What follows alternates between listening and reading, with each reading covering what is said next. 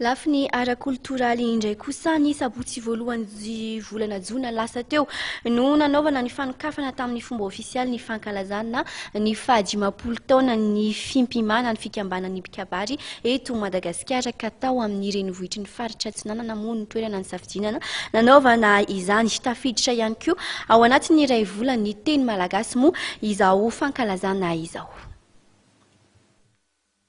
Kabary ery sy aren'ny teny malagasy, kabary atsika jiaby, io ny teny filamatra, entina manamarika amin'ny fahadimapolo taona ny fikambanan'ny mpikabary eto Madagasikara, izay tsy farana ratsy ny taona 2024.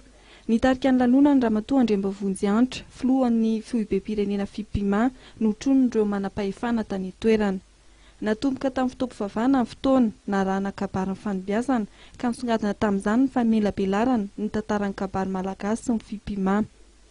Nisy ny fandrehetana amin'ny fanilo izay nampitaina ho an'ny faritra Toamasina, Amaha, Analanjorova, Tsiranana ary Alotra Mangoro. Taorian'izay ny famoahana ireo mpianatra kabary sy fisalorana lamba ireo mpikambana vaovao izay nitsofiny lehibe ny faritra Alotra Mangoro rano. Narahana diabe namakivaky ny tanànan'ny Toamasina ary nofaranana tamin'ny fiaraha-misakafo tao amin'ny efitrano malalaky ny SPAT Toamasina. Faritra fito no mandrafitra ny FIPIMA ankehitriny dia Antsirabe, Fianaratsoa, Toamasina, Antsiranana, Antananarivo, Toliara ary Mahajanga.